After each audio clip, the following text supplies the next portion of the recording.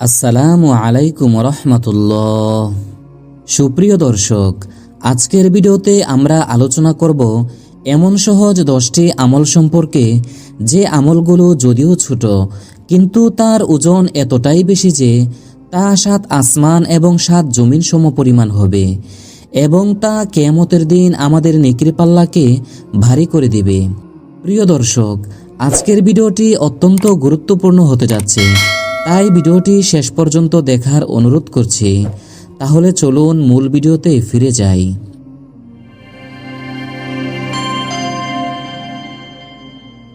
প্রিয় দর্শক, কিয়ামতের দিন আমাদের আমলনামা দুটি পাল্লাই তোলা হবে, একটি ভালো আমলের, অন্যটি মন্দ আমলের। যে ব্যক্তির ভালো আমলের পাল্লা ভারী হবে সে হবে সফল। তাই আমাদের উচিত এমন কিছু আমল করা যা সহজ হলেও আমাদের আমলনামাকে ভারী করে দিতে পারে। নাম্বার 1, প্রতিদিন সকাল সন্ধ্যায় লা ইলাহা ইল্লাল্লাহ জিকির করা। প্রিয় নবী সাল্লাল্লাহু আলাইহি ওয়াসাল্লাম বলেছেন, যে ব্যক্তি সকাল সন্ধ্যায় লা ইলাহা ইল্লাল্লাহ জিকির করবে তার আমলনামার পাল্লা 7 আসমান ও 7 জমিনের চেয়েও বেশি হবে। সুবহানাল্লাহ। তার জন্য জান্নাত হবে সুনিশ্চিত। নাম্বার 2, প্রতিদিন 100 বার সুবহানাল্লাহ, আলহামদুলিল্লাহ ও আল্লাহু আকবার পাঠ করা। রাসূলুল্লাহ সাল্লাল্লাহু আলাইহি ওয়াসাল্লাম বলেছেন, যে ব্যক্তি প্রতিদিন 100 বার সুবহানাল্লাহ, আলহামদুলিল্লাহ ও আল্লাহু আকবার বলবে তার জন্য অনেক সওয়াব লিপিবদ্ধ হবে এবং তার গুনাহসমূহ মাফ করা হবে।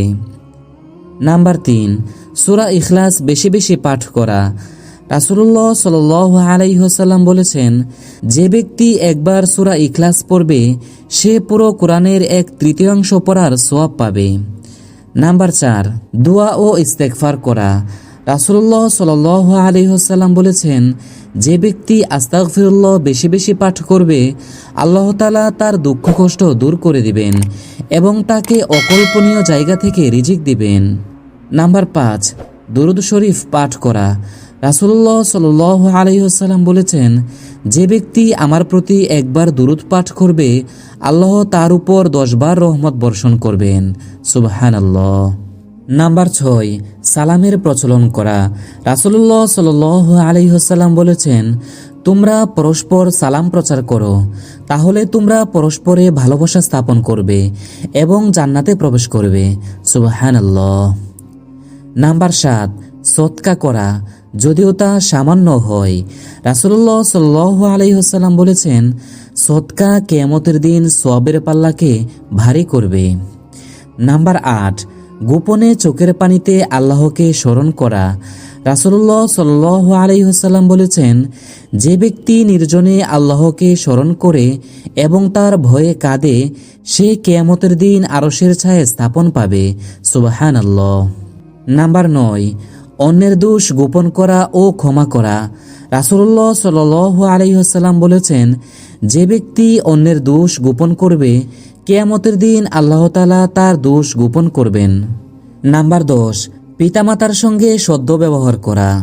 রাসূলুল্লাহ সাল্লাল্লাহু আলাইহি ওয়াসাল্লাম বলেছেন, যে ব্যক্তি তার পিতামাতার প্রতি সদ্য ব্যবহার করবে তার জন্য জান্নাত নির্ধারিত হয়ে যাবে। সুবহানাল্লাহ। মোট কথা, এগুলো খুবই সহজ আমল, কিন্তু এগুলোর মাধ্যমে কিয়ামতের দিনে আমাদের আমলনামার পাল্লা অনেক ভারী হবে ইনশাআল্লাহ। আল্লাহ আমাদের সবাইকে বেশি বেশি নেক আমল করার তৌফিক দান করুন। আমিন।